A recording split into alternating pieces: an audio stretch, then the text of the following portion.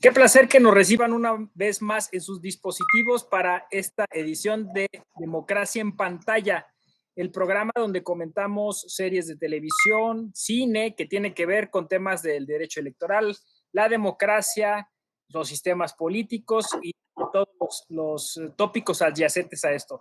Hoy nos acompaña Di Chávez Huanca, quien es director de la Red Iberoamericana de Cine y Derecho. Además, él fue coordinador y editor de un libro sobre elecciones y cine, con el sello de la propia red, y luego en coedición con el Jurado Nacional de Elecciones del Perú. Eddie, un experto en cine y derecho. Hoy vamos a hablar con él de Ojos que no ven, que es un film de peruano. 2003. 2003, me fui muy adelante. Cierto, porque tiene que ver con los hechos del 2000, ¿no? Que es prácticamente la salida de Fujimori. O sea, solo 3 años se llevaron para hacer esta película. Bueno, cuéntanos, Eddie, ¿de qué va esta película y por qué es importante en el contexto? Muchas gracias por invitarme, y yo he seguido tu programa con cierta frecuencia, un poco la intención de lo que tú propones, ¿no? Del cine, y esa función que un tribunal electoral también debe desarrollar, que no solamente es la del ámbito jurisdiccional, ¿no? Y el énfasis y la fuerza también debe darse en aquel carácter pedagógico y aquel carácter crítico también que se puede dar en estos espacios, ¿no? ¿Por qué esta película? Yo advierto también que para hablar de elecciones, de derechos políticos, se debe discutir los escenarios previos a un cambio de mando o una transición hacia la democracia, o lamentablemente también a un espacio donde la democracia es derrotada nuevamente por no solo las dictaduras, ¿no? Ahora hay tantos enemigos de la democracia que están ya no disfrazados, sino abiertamente son nuevos actores que ponen en entredicho pues la estabilidad, el Estado de Derecho, incluso dentro del propio derecho. Entonces la película Ojos que no ven muestra un espacio previo a unas elecciones que se van a dar para poder transitar dramáticamente desde un oncenio fujimorista, ¿no? Que en su última etapa fue bastante polémico, por decirlo menos, sino también complicado y lleno de cosas negativas para el país. Y no solamente se debe discutir la democracia y el proceso electoral cuando hay un proceso electoral en sí, sino antes de que se juegue el ajedrez, ¿no? Cuando se va acomodando el tablero de ajedrez, cuáles son las motivaciones para poder llevar adelante una elección, quiénes son aquellos jugadores que van a ubicarse en el tablero para detentar el poder, y entre comillas, y acá es algo muy importante, señalar el camino para el retorno a la democracia, ¿no? Entonces, por eso escogí la película Ojos que no ven, porque muestra el antes de un proceso de transición democrática que icónicamente tiene el espacio del proceso electoral, ¿no? Como la vedette, como el espacio central, para señalar que se está dejando un momento de dictadura muy malo, y pasar a un espacio democrático que se busca perdure en el tiempo, para que pueda este país, no como el mío, dejar de ser un país adolescente y vaya madurando, por ejemplo, a espacios de ejercicio democrático con mayor estabilidad. Sí, exactamente. Estas 6 historias que surgen a raíz de los escándalos, me llama la atención. En México ha habido algunos casos así también, de videos que se filtran. Obviamente sí. Filtran, en este caso, bueno, Montesinos tenía todo un sistema de grabación, ¿no? De filmación, y con lo que chantajeaba, y entonces a otros políticos se descubre una red de corrupción, incluso donde está involucrada la oposición. Vienen todos estos hechos que llevan a debacle el gobierno de Fujimori. Como dices tú, me encanta esta frase, retorno a la democracia. Entonces, justo este director plantea, retomando esta frase popular, ¿no? Muy coloquial, de ojos que no ven, corazón que no siente, y hasta ahí me quedo, porque luego en cada país tiene continuación. Añadidos, ¿no? Pero Sí, bueno, lo interesante es que eh, esta, esta, esta película constituye memoria histórica, o sea, constituye sí. parte de un acervo que debe conservarse como patrimonio cultural de los peruanos, yo diría del cine latinoamericano. Sí, por un lado, la película Ojos que no ven muestra en el plano de los recursos cinematográficos un profesionalismo pues que no le es ajeno a Francisco Lombardi, ¿no? O sea, él ha tenido una época en la historia del cine peruano que manifiesta su profesionalismo, su talento, la idea de encontrar una buena historia y plasmarla pues en un guión y llevarla a las pantallas, que significa que ha puesto, o sea, ha puesto su trabajo como parte del espacio de la memoria filmada del país, ¿no? Yo lo veo desde ese lado y seguramente hay mucho trabajo que hacer después de Lombardi, ¿no? Esa sería un poco la observación y no quedarnos solamente con él, ¿no? Sin duda hay que ver su cine, hay que analizarlo desde nuestros intereses, que seguramente no tienen que coincidir con lo que él quería plantear, con lo que quería desarrollar. En el caso de Ojos que no ven, básicamente está enfocada en ese espacio de tiempo donde el gobierno de Fujimori ya está en una crisis fuerte, ¿no? Al gobierno Fujimori hay que identificarlo desde mi punto de vista en cuatro etapas, ¿no? Entonces, no me voy a detener ahí, solo voy a hablar que ya era la cuarta etapa que se va iniciando en el año 2007, ya una etapa crítica, totalmente absurda, obviamente ya se manifestaban los espacios de corrupción, vamos a decirlo así, ya muy obvios, ¿no? Ya no había manera de esconder muchas cosas que se estaban haciendo mal en el gobierno Fujimori, y el punto de inflexión, el punto de crisis ya es cuando salen estos videos donde se ve a un congresista de la República, ¿no?, recibiendo una cantidad importante de dinero de Vladimiro Montesinos, y ese es el punto que se puede vincular al programa que tú diriges, ¿no?, para poder conversar. ¿Qué significa esto? Que uno puede ir a las urnas, puede elegir a sus representantes, pero finalmente quien hacía los quiebres para que esos representantes tomen decisiones en favor de los intereses de este grupo de poder que gobernaba el país, era a través del dinero, ¿no? No importaba la tienda política. Entonces, acá viene la primera observación que el cine y esta película nos ayuda a visibilizar para discutir los derechos políticos de los ciudadanos latinoamericanos. No hay organizaciones políticas que puedan señalarse como factor de tradición, como factor de identificación con el pueblo peruano, donde se le pueda decir, no, yo formo parte de esta organización política, ¿no? ¿Por qué? Por sus ideales, ¿no? Por su participación en el país, ¿no? O por una tradición. Son muy débiles las organizaciones políticas en el Perú. Entonces, esta película muestra esa debilidad. ¿Por qué? Porque la participación de varios personajes de la película cambian de camiseta permanentemente, ¿no? O sea, no hay una identidad política. Esa sería una primera observación que nos puede ayudar a discutir la película. Y por otro lado, que más que hablar de política, lamentablemente también es hablar de corrupción. O sea, no importa quién llega al poder, pero finalmente los intermediarios de los que realmente controlan y toman las decisiones hacen que se puedan torcer esas representatividades a través de actos de corrupción, ¿no? Entonces, las cosas no cambian porque se elija mal o se elija bien, lamentablemente.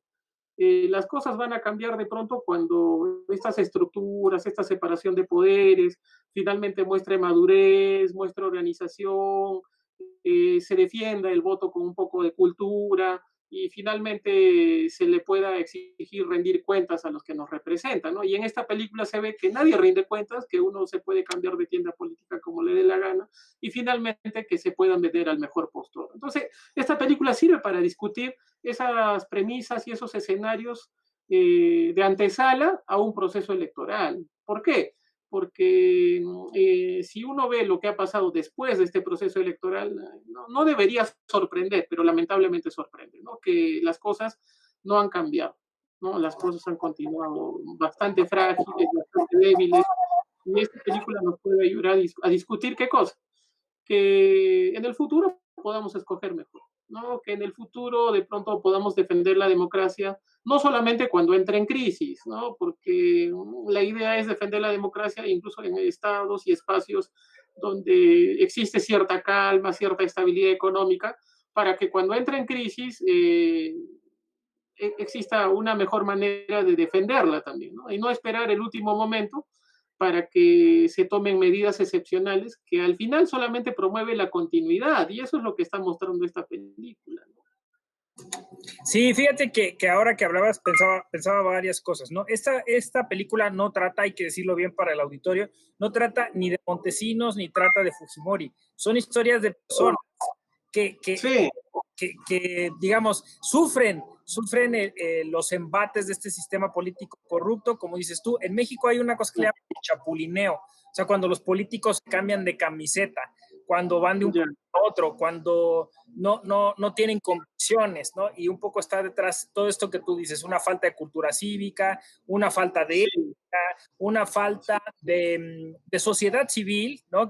Pero estas historias sí muestran un poco, pues esas personas que en el día a día tienen que dedicarse a otras cosas y están confiando en que el sistema político funcione bien. Y como dices tú, no se debiera basar todo en una elección, sino debiera basarse en algo más amplio, o sea, el derecho electoral como algo más amplio, como un sistema donde los derechos políticos electorales los ejerces en función de la seguridad que se genera en ese espacio político. No sé si me explico, ¿no? sí, esas 6 historias que tú mencionas, yo me voy a atrever a recomendar esta película. Para mí, desde un punto de vista de la crítica, ¿no? Como espectador, la película es buena. Tiene un argumento gris, pero no tiene ese argumento gris, por ejemplo, de muchas películas peruanas de los años 80 que yo lo consideraba deprimente, o sea, no me gustaba por la forma como se mostraba su estética, ¿no? Tan decadente de pronto. Pero esta, por ejemplo, es una película decadente, pero tiene su tono de picardía, tiene su tono de humor negro, que hace que uno Sí. vea la película y cuando es como uno dice, ¿no?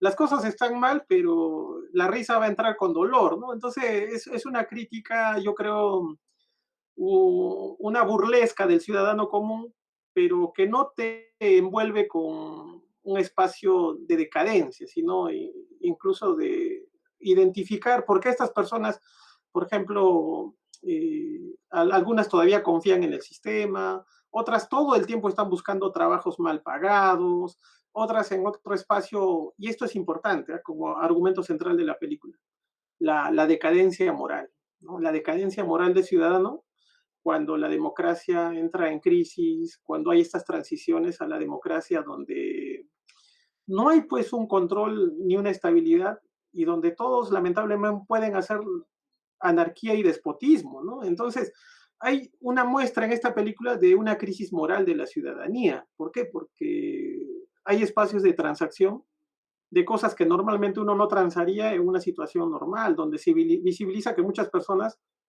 lamentablemente lo van a tener que hacer, ¿no? O sea, empeñar su dignidad, dejarse humillar, eh, permitir salarios negros, ¿no? Que entre comillas lamentablemente resultan mejores para muchas personas que los salarios formales. En algunos casos, identificar que el dinero mal habido que ha construido el hogar, la prosperidad familiar, es dinero mal habido, pero al final dices, bueno, ¿qué importa? ¿No? Al final lo conseguimos, ¿no? Entonces, ese argumento de la película vale la pena analizarlo, ¿no? Desde el punto de vista del ciudadano común, de que hay una crisis de valores, hay una ceguera moral, y este espacio de transición democrática finalmente me recuerda también a la película La fiesta del Chivo, ¿no? En sus últimos capítulos, a la novela La fiesta del Chivo, donde dices, oye, vamos a hacer la transición, pero yo no Claro. me voy a ir. O sea, tú vas a hacer la transición, pero a mí me dejas con mi status quo para yo poder también salir de aquí y tú haz tu transición tranquilo, yo me voy, y a mí déjame en paz con mis prerrogativas, con mis privilegios. Y eso se ha repetido mucho en las democracias latinoamericanas, que cuando ha habido un abusador, cuando ha habido un dictador, un detentador del poder antidemocrático, eh, duerme en paz, ¿no? O sea, los canallas duermen en paz en América Latina, ¿no? Sí. Eso es lo que también retrata la película. Sí, un poco esta terrible cuestión, ¿no? O sea, al final son un poco las mismas familias, ¿no? Que se van alternando, que se van, o sea, es la clase política, ¿no? Esta idea de clase política que en Latinoamérica no acaba, ¿no? Porque esto, pues, como esto pasó en los 2000, pero posteriormente después tenemos Odebrecht, ¿no? O sea, y Sí, seguimos, ¿no? O sea, seguimos los latinoamericanos adoleciendo de esta cuestión y en un sistema corrupto difícilmente la democracia puede germinar, porque, pues sí, nosotros sí. vamos a ir a manifestar nuestra voluntad política, pero al final en esta película nos muestran que los acuerdos, los arreglos por debajo del agua son los que priman, ¿no? En estas democracias, ¿no? Así, contemporáneas, y el ciudadano tiene que apoquinar, ¿no? Dicen en México, apechugar. Sí, yo pienso que una generalización también sería errada. A ver, el peor argumento me parece que sería decir que todo este grupo político fue corrupto. Sé que cuesta, ¿no? Y es impopular seguramente tratar de salvar elementos que son, ¿no?, de alguna manera rescatables, valga el énfasis. Esa sería mi observación, que sería políticamente incorrecta, ¿no? Identificar que en toda organización política, con toda su precariedad, con todos sus matices déspotas, debe existir gente que probablemente tienda o favorezca a defender la democracia. Yo creo que esa parte también tiene que discutirse, ¿no? La generalización no nos va a ayudar a identificar esos claroscuros, ¿no? Esa es la otra cosa que yo rescato de la película, ¿no? Que me hace reflexionar la película. De la película también rescato otra cosa, ¿no? El abandono del ciudadano de a pie, ¿no? O sea, los jugadores, yo lo llamo así, ¿no? Los detentadores del poder están luchando en las entrañas para poder reubicarse, ¿no? Y en otros casos hacer una transición, entre comillas, que solamente va a cambiar de las figuras visibles, ¿no? Y el control del poder va a ser por el mismo grupo de siempre. Pero el ciudadano común en la película, por ejemplo, se advierte como alguien que critica desde su casa, como alguien que se reprocha, que exige que las cosas cambien, pero finalmente eso no ocurre. Esa sería la otra crítica, ¿no? La continuidad del estado de excepción, la continuidad de la precariedad democrática y finalmente incluso una clase que no digo que sea media, una clase oprimida que finalmente también con su conducta podría estar avalando ese tipo de detentación del. Entonces, la tercera reflexión de la película sería esa clase profesionista, esa clase que se atribuye como media, también tendría que reclamar, ¿no?, exigir, defender la democracia, no solamente cuando hay calma, ¿no?, sino también cuando hay espacios de crisis. Esa sería la otra reflexión que yo saco de la película.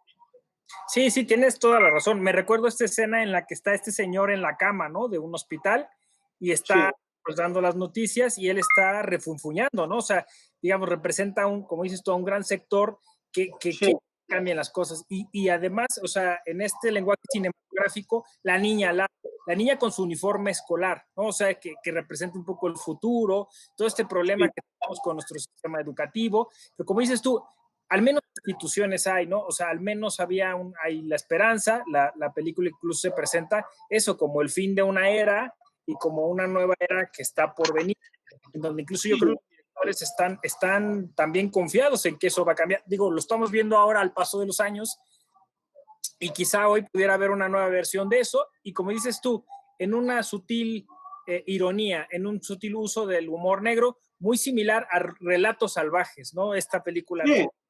Y exacto. No, sí mira, lo otra sentí. cosa que tú me haces recordar es la siguiente, ¿no? Hay una palabra pues que hay que decir, ¿no? El abandono del Estado se ve en esta película, ¿no? Cada uno está a su suerte. O sea, es un espacio realmente anárquico. ¿Por qué? Porque uno se salva porque, bueno, era militar, ¿no? Podría decirse salvarse por un tiempo, ¿no? El otro se salva porque tenía cierta belleza física. O uno se sacrifica en menor medida porque de alguna manera tiene algún atributo o alguna condición, y eso muestra pues el abandono del Estado, ¿no? Esa es la otra cosa que yo rescato de la película para discutirla, ¿no?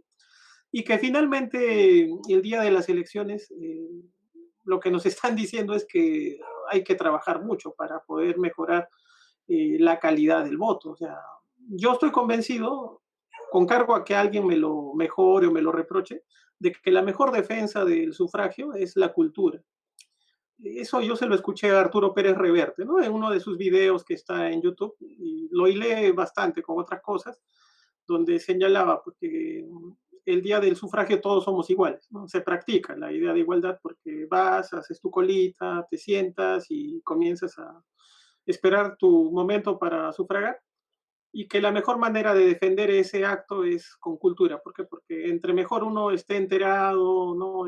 Discierna las cosas, va a escoger mejor, ¿no? Entonces, sí soy partidario de esa idea, ¿no? De que si va mejorando la cultura, se va a defender mejor la democracia, ¿no? Y va a dejar de ser solamente un día festivo, sino que es todo un proceso del que hay que participar, ¿no? O sea, las elecciones internas, la identificación de quiénes son los que están aspirando a ser candidatos, y la idea de reconocerse como parte del país, ¿no? Para poder sentirse representado, ¿no? Porque finalmente podría darse el caso de que, tomando en cuenta la película, eh, muchos podríamos ir a votar y lo tomamos como algo más. ¿Por qué? Porque ni antes ni después del voto nos sentimos representados y nos da igual. Entonces, esa es la parte que quizás yo advierto también tiene que cambiar, ¿no? Tiene que cambiar. Entonces, la película, para mí, como un pretexto, como una premisa, como una antesala de lo que es un proceso electoral, me sirve para identificar, y de esta manera sintetizo, quiénes son los detentadores del poder, cómo el ciudadano común ve este cambio, ¿no? De representatividad, ¿no? Cómo ve que van emergiendo otras figuras que quieren también participar en la dirección del país. Y finalmente, en qué circunstancias económicas, sociales, morales, me encuentro yo para tomar esa decisión tan importante, ¿no? Que es elegir a mis autoridades a través del voto popular. Esa última cosa que acabo de decir es la que me ha invitado a mí a escoger esta película Ojos que no ven, ¿no? O sea, ¿en qué circunstancias se encuentra la ciudadanía? No es una circunstancia amable, estable, es una circunstancia de crisis económica, es una circunstancia de contradicciones, y esto que llamas el chapulineo, ¿no? Este espacio transaccional que puede tener un ciudadano. ¿Por qué? Porque esta parte a mí me llama mucho la atención, ¿no? Que uno de repente, cuando está esperando obra pública, por ejemplo, no sé qué tanto se identifique con un color político, cuando finalmente la necesidad exige que la obra exista, ¿no? Y dice, no, bueno, me voy por acá, me voy por allá, y eso muestra claramente una debilidad, una debilidad de lo que viene a ser la vida política en Latinoamérica, ¿no? Se muestra mucho esa fractura, esa desigualdad material, ¿no? Eso de aceptar, ¿no? La condición de que no voy a participar, y finalmente los que toman las decisiones van a hacer lo que les dé la gana o lo que mejor les parezca, pero yo tengo que salir adelante con mi esfuerzo, con mi propia voluntad, hasta donde se permita, hasta donde me lo permitan. Y finalmente, ojos que no ven, ¿qué significa? ¿No? No solamente hacerme de la vista gorda si las cosas que vinieron a mí fueron eh, por un camino incorrecto, sino también de que cuando a mí me toque hacer algo bueno, ¿no? O sea, no debo exigir que sea reconocido. Y si algún día veo que alguien hace algo malo, lamentablemente el mensaje que se da a través de la película es hacerse de la vista gorda, ¿no? Y es algo que hay que criticar, que hay que destacar para que en algún momento mejore, ¿no? En algún momento mejore. Tiene mucho, tiene mucho que mostrar esta película de la antesala a un proceso electoral. Tiene mucho que mostrar, ¿no? No nos debe sorprender lo que debe pasar a un proceso electoral si conocemos la antesala, ¿no? O sea, los años anteriores. Cómo ha vivido el ciudadano, qué está exigiendo, qué necesidades tiene. Y de esa manera vamos a entender mejor su naturaleza del voto. Sí, efectivamente, creo que has dicho cosas muy interesantes. Esta ausencia del Estado, que finalmente nos replantea qué es el Estado, porque también tendría que ser la ciudadanía. Esta idea Sí, también comparto contigo sobre la cultura. Creo que es importantísimo. Que las instituciones, no debemos dejar de lado, son también sociales, o sea, es decir, de alguna forma son performativas, ¿no? En la medida en que hay un árbitro, un órgano que tutela las elecciones, que las faltas, ¿no? En Perú incluso es obligatorio ir a votar, a diferencia de otros países como es el caso mexicano. Hay como dices, luego pues esta desazón social en la que la gente piensa que su voto no tendrá ninguna repercusión, pero va más allá de eso, ¿no? Va, como dices tú, de un proceso largo que significa introyectar esta idea de participación política y que, bueno, este tipo de filmografía ayudan a ponderar, a valorar esas cosas y a hacernos reflexionar en general sobre este terrible mal, que podríamos decir, que es ojos que no ven. A mí me suena a banalidad del mal, ¿no? O sea, a Hannah sí, Arendt, es decir, volteo sí. hacia otro lado, no miro lo que tengo que mirar y me callo, ¿no? Me tapo la boca. Oye, Eddie, pues me encantó mucho. No sé si gustes de dar una reflexión final y ya para despedirnos. Sí, muchas gracias. Yo invito a que vean tu programa. ¿Por qué? Porque el cine, voy a repetir algo que se ha dicho en muchos lugares, ¿no? Sensibiliza al espectador, promueve el diálogo, ¿no? Democratiza el diálogo, acerca cosas difíciles para poder discutirlas. O sea, hablar de corrupción en Latinoamérica lamentablemente no se hace con el tono correcto. O sea, decirlo en el espacio y en el lugar de la manera firme cómo se debe discutir y acabar con la corrupción. Y el cine ayuda para hacer ese tipo de discusiones.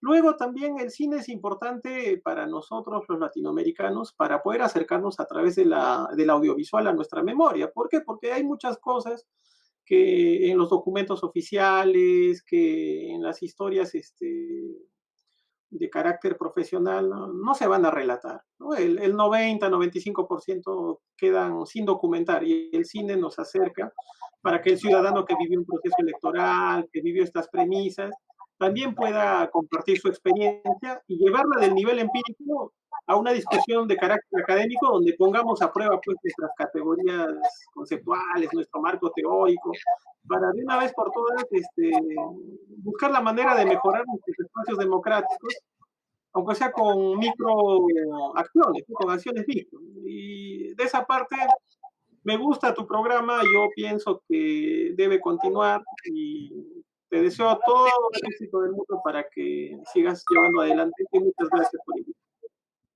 Muchas gracias, Eddie, a ti y a los que nos han seguido.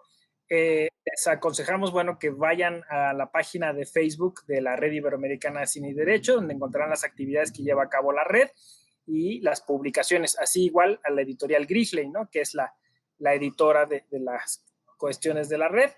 Y bueno, que estén pendientes igual de tu actividad, de la actividad de la red. Te agradecemos mucho. Gracias por darle buenos augurios a este programa y nos vemos en una próxima. Gracias, Ramón. Yo soy José Ramón Narváez Hernández. Democratiza lo que miras, dale inclusión a tu emoción. Nos vemos a la próxima.